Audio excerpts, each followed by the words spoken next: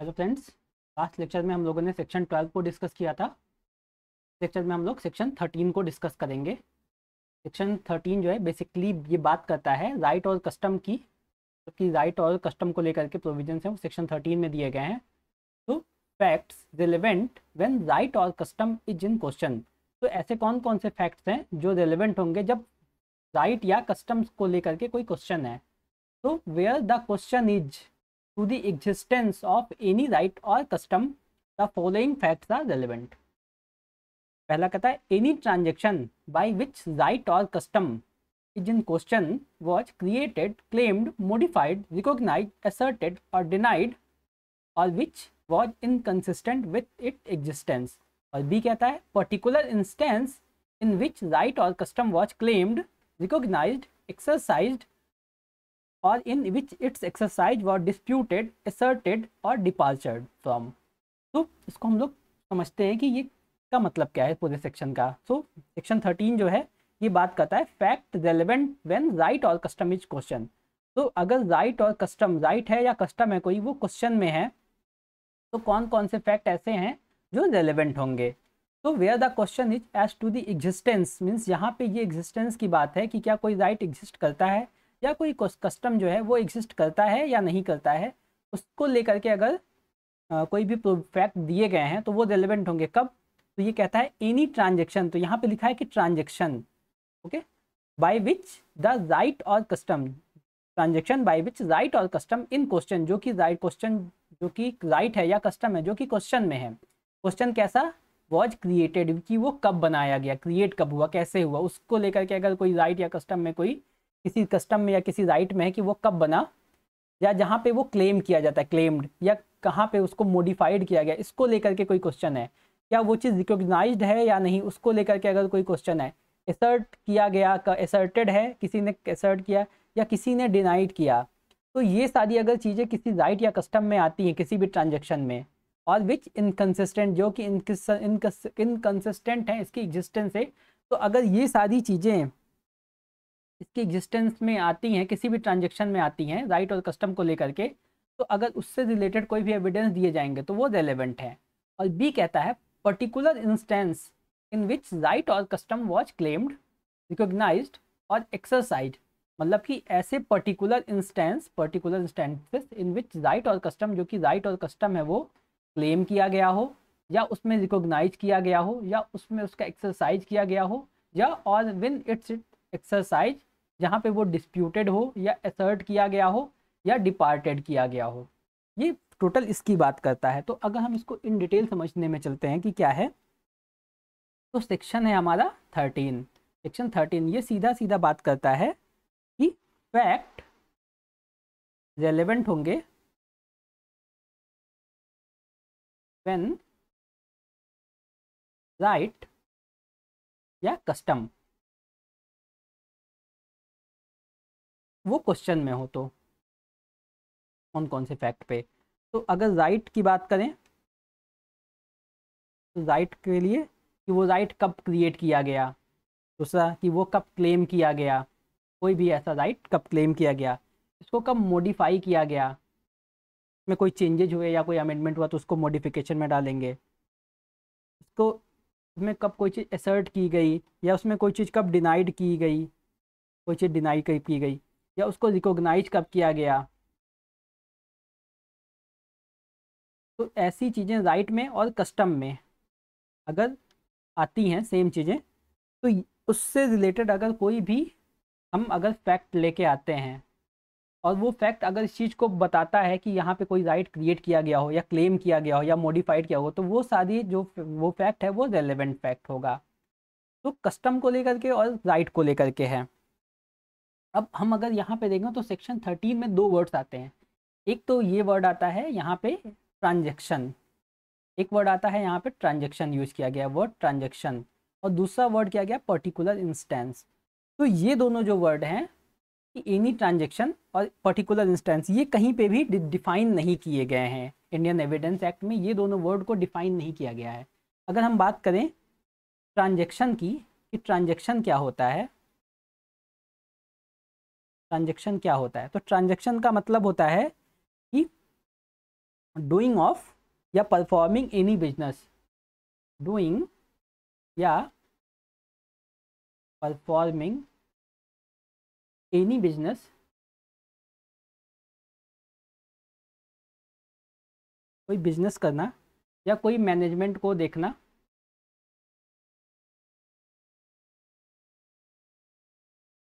तो जो कि चीज़ डन हो जाए, जिसमें कोई चीज़ डन हो, मतलब कि जब आप कोई भी बिजनेस को या कोई आप किसी चीज़ को मैनेज करते हो तो उससे रिलेटेड जो भी चीज़ें होती हैं वो ट्रांजैक्शन में आती है। आप कोई अफेयर देखते हो, कोई अफेयर से रिलेटेड काम देखते हो, या आप कोई एक्सचेंज का काम करते हो, तो ये सारी चीज़ें जो है वो ट्रांजैक्शन को शो करती हैं। और जब कोई भी चीज़ जो कि डन हो जाए पूरे तरीके से, लाइक कि आपने कोई वर्क उठाया, अब वर्क को आपने जब कंप्लीट कर दिया तो वो वर्क एक ट्रांजैक्शन हो गया। लाइक कि हम लोग इसको सिंपल समझ सकते हैं कि ट्रांजैक्शन, तो आप जब आप कभी भी एटीएम पे जाते हो, तो एटीएम पे आप पैसे निकालने जाते हो तो आप वहाँ पे एक ट्रांजैक्शन करते हो, तो हमेशा कभी भी वो ट्रांजैक्शन क्या होता है, ट्रांजैक्शन या तो वो कंप्लीट होगा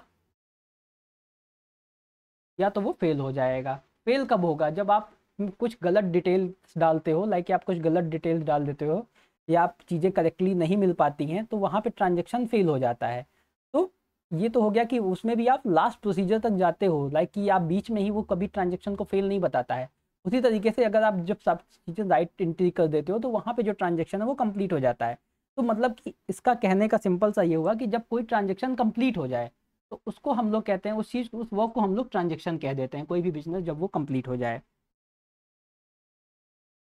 अब ये किसी के राइट्स को भी इफेक्ट कर सकता है या इससे कॉज ऑफ एक्शन भी अराइज हो सकता है, तो ये ट्रांजैक्शन हो गया। अब इंस्टेंस क्या होता है, यहाँ पे दो वर्ड यूज हुए, तो इंस्टेंस, इंस्टेंस का मतलब होता है कि कोई एग्जाम्पल, जैसे कि नॉर्मली लोग एग्जाम्पल देते हैं ना कि किसी के प्यार में पागल हो गए हो क्या, तो वहाँ पे आप एक एग्जाम्पल सेट करते हैं कि मतलब वो आपका कंपेयर कर रहे हैं किसी सेक्शन से, किसी पर्सन से। तो यहाँ पे इंस्टेंस को कहीं बेसिकली डिफाइन नहीं किया गया, इसका कोई भी क्लास पर्टिकुलरली किसी एक इंस्टेंस की बात नहीं कर रहा है, ये उस इंस्टेंस की बात करता है जहाँ पे कोई राइट जो है वो क्लेम किया जाता है या उसकी एग्जिस्टेंस को लेकर के कोई चीज़ असर्शन किया जाता है, या उसकी एग्जिस्टेंस को लेकर के कोई चीज़ असर्ट की जाती है या कोई चीज़ डिनाई की जाती है, उसकी बात करता है, तो इसको हम कहते हैं इंस्टेंस हो गया। अब हम लोग यहाँ पे समझते हैं कि अगर कोई क्वेश्चन राइज होता है कस्टम को लेकर के, अब राइट को लेकर के होता है या कस्टम को लेकर के होता है, तो पहले तो हम ये चीज़ समझेंगे कि कोई राइट क्या होता है। तो राइट हमें जो कोई लॉ से या किसी हमें स्टेट्यूट से कोई राइट मिलता है, या लॉ से जो कोई चीज़ हमें मिलती है उसको कोई चीज़ जो कि हमें करने का राइट होता है, कुछ करने का अधिकार होता है, लाइक कि हमारे फंडामेंटल राइट्स हमें मिले हैं, या हमें बहुत सारे अदर भी स्टेट्यूटरी राइट हैं, तो वो सारी चीज़ें जो राइट में आ जाती हैं। कस्टम क्या होता है, कस्टम इज लाइक कि ये बहुत ही एंशियंट फॉर्म से, एंशियंट टाइम से कोई भी चली आ रही रूल्स हैं, ऐसे रूल जो काफ़ी पुराने हो चुके हैं, जो कि सर्टेन होते हैं, रीजनेबल होते हैं, और वो लॉ ने उसको कभी अगेंस्ट में, लॉ वो किसी लॉ के अगेंस्ट में नहीं होते हैं, तो वो कस्टम होते हैं। मेनली कस्टम ऐसे चीज़ों को, ऐसे लॉज को कहते हैं जो कि काफ़ी एंशियंट टाइम से चले आ रहे हैं, और मेनली उस लॉज को सेक्शन जो हम आर्टिकल, सॉरी हमारा जो आर्टिकल 13 है, वो कस्टम को भी फोर्स ऑफ लॉ देता है।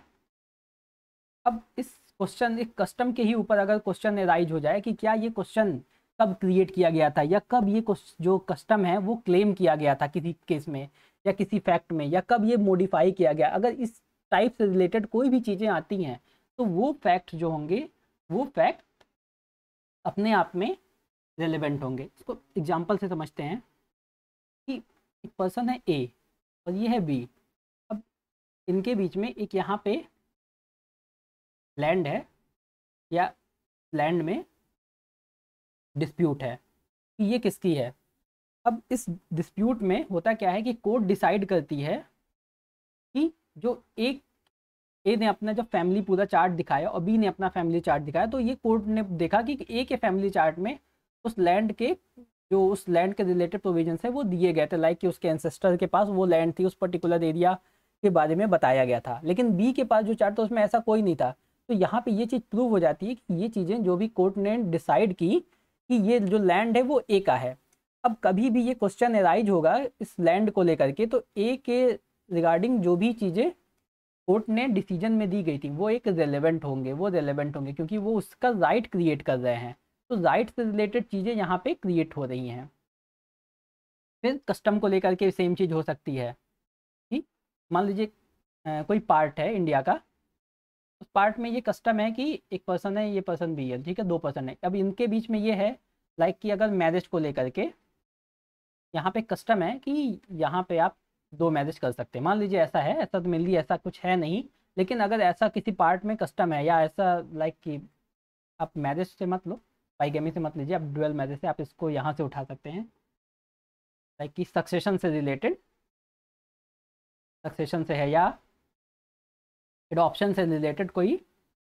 प्रोविजन है। अब कस्टम के अकॉर्डिंग क्या है, जनरल लॉ कहता है कि कोई भी चाइल्ड जो 15 साल से कम का है वो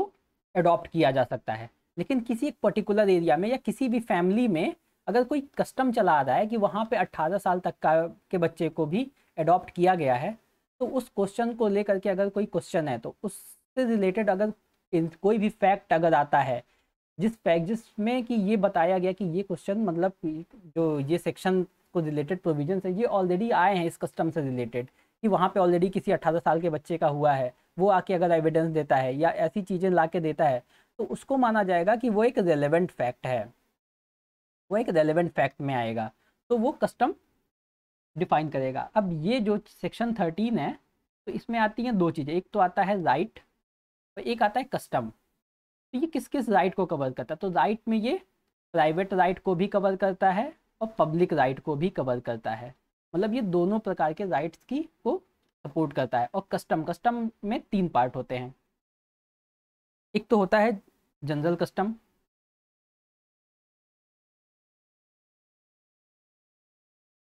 दूसरा होता है प्राइवेट कस्टम,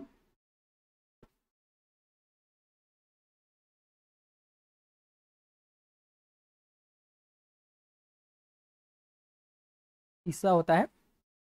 पब्लिक कस्टम।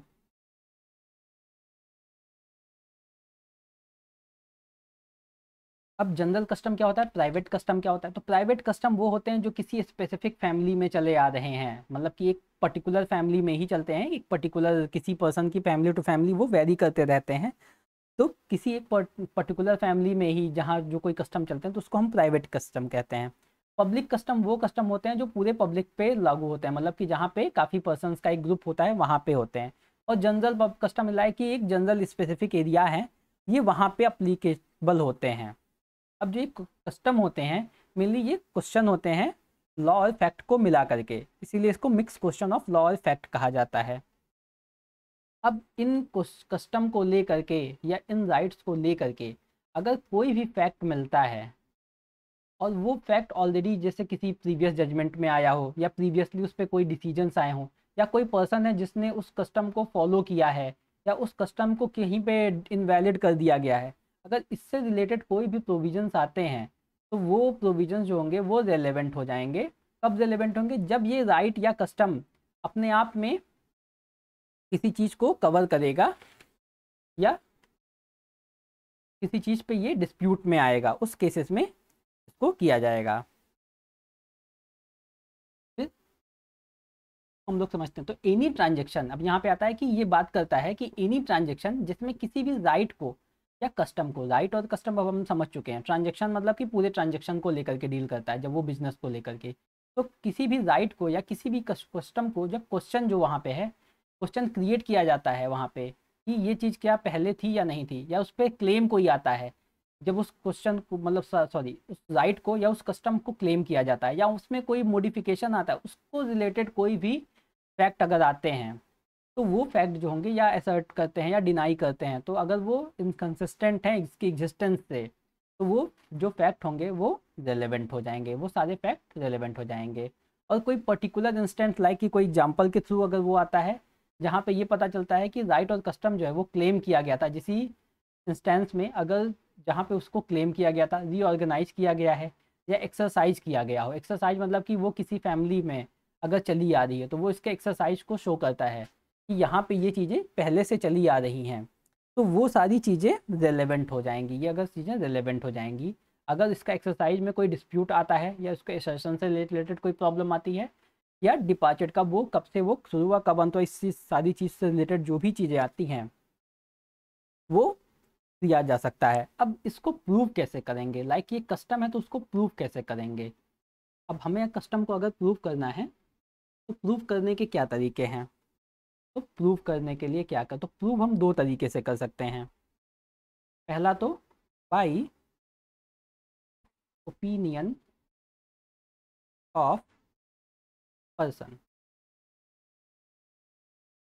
दूसरा कैसे कर सकते हैं? अब ये ओरली करेंगे। बाई, दूसरा कैसे कर सकते हैं? ये तो पहला हो गया तरीका। और दूसरा कैसे कर सकते हैं? By statement of person. कोई पर्सन ने कोई स्टेटमेंट दिया, उसके अकॉर्डिंग भी आप उसको प्रूव करते हैं, ओपिनियन के थ्रू भी कर सकते हैं। लाइक कि अगर कोई कस्टम काफ़ी पहले से चला रहा है, ओल्ड कस्टम है काफ़ी, क्योंकि कस्टम्स के लिए क्राइटेरिया कि वो हमेशा ओल्ड होना चाहिए, काफ़ी ओल्ड होना चाहिए, मतलब कि उसका ये ना पता हो कि वो कहाँ से स्टार्ट हुआ। तो लाइक अगर ऐसा कोई कस्टम है तो उससे रिलेटेड कोई भी ऐसे पर्सन होंगे जिनको ये पता होगा कि ये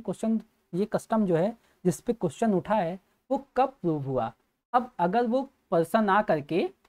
कोर्ट में ये बताता है कि लास्ट टाइम उस कस्टम को कब वो यूज किया था, या उस पर्सन उस कस्टम से रिलेटेड क्या प्रॉब्लम्स थी, या क्या उससे रिलेटेड आंसर्स थे, या सोसाइटी में उसको किस तरीके से देखा जाता, उससे रिलेटेड वो जो भी आंसर देगा, मतलब उस कस्टम से रिलेटेड या उस राइट से रिलेटेड, तो वो चीज़ें ये माना जाएगा कि वो एक फैक्ट है और वो एक रेलेवेंट फैक्ट होगा। अब कोर्ट चाहे तो उसको एडमिसिबल कर भी सकती है, और कोर्ट वो चाहे तो उसको एडमिसिबल नहीं कर सकती है। अब ऐसे अगर इसमें कोई कोर्ट में, लाइक कि अगर कोई कोर्ट है उसमें किसी भी कस्टम को लेकर के कोई जजमेंट आया है, कोई डिक्री आई है, कोई ऑर्डर पास हुआ है, तो अगर ये चीज़ें किसी कस्टम को लेकर के आई हैं तो वो भी प्रूफ मानी जाएंगी कि वो भी एक फैक्ट है, वो रेलेवेंट फैक्ट है, क्योंकि कोर्ट ने ऑलरेडी उस कस्टम को डिसाइड कर दिया है कि वो क्वेश्चन जो है वो काफ़ी पहले से चला आ रहा है। अब इसमें केस है Tirumala Tirupati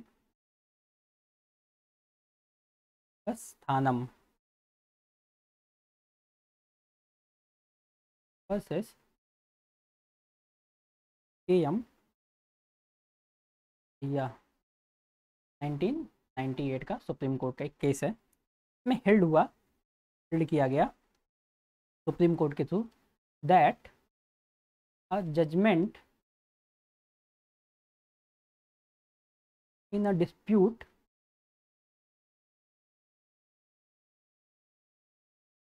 over the same land between two person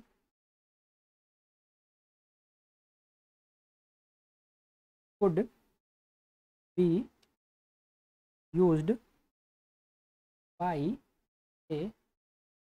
party in a case in which the same land is in dispute so he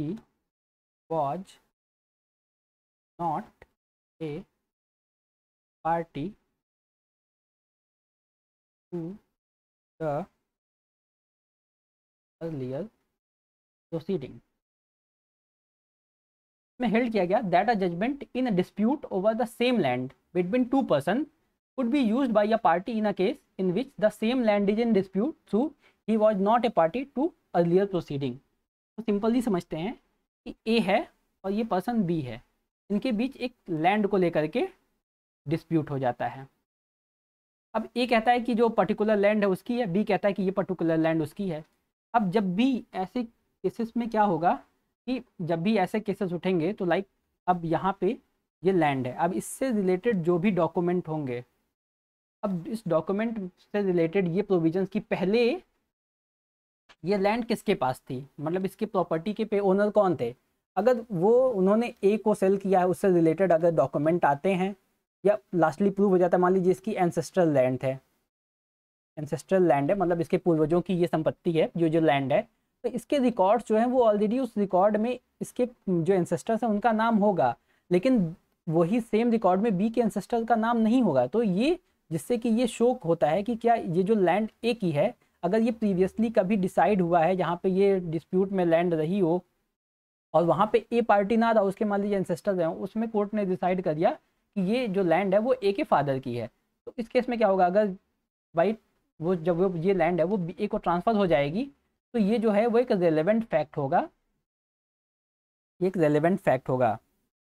तो this is all about custom और राइट।